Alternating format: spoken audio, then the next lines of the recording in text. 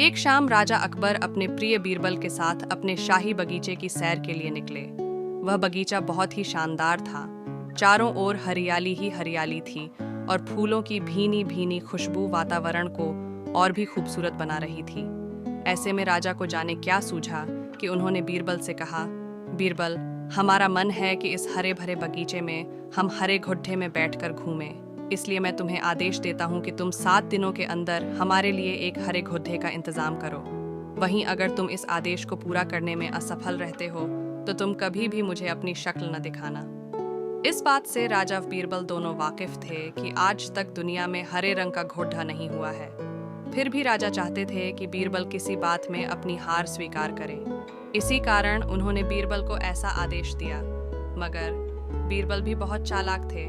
वो भली भांति जानते थे कि राजा उनसे क्या चाहते हैं, इसलिए वो भी घोड़ा ढूंढने का बहाना बनाकर 7 दिनों तक इधर उधर घूमते रहे। 8वें दिन बीरबल दरबार में राजा के सामने पहुंचे और बोले, महाराज, आपकी आज्ञा के अनुसार मैंने आपके लिए हरे घोड़े का इंतजाम कर लिया है, मगर उसके मालिक की 2 शर्तें हैं। राजा ने उत्सुकता से दोनों शर्तों के बारे में पूछा।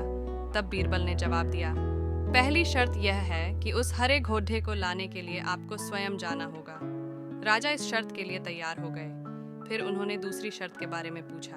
तब बीरबल ने कहा, घोड़े के मालिक की दूसरी शर्त यह है कि आपको घोड़ा लेने जाने के लिए सप्ताह के 7 दिन के अलावा कोई और दिन चुनना होगा। यह सुन राजा हैरानी से बीरबल की ओर देखने लगे।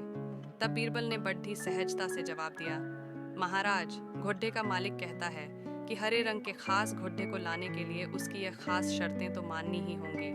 राजा अकबर बीरबल की यह चतुराई भरी बात सुनकर खुश हो गए और मान गए कि बीरबल से उसकी हार मनवाना वाकई में बहुत मुश्किल काम है। कहानी से सीख। यह कहानी हमें यह सिखाती है कि सही सूझबूझ और समझदारी के साथ नामुमकिन लगने वाले काम को भी आसानी से किया जा सकता है।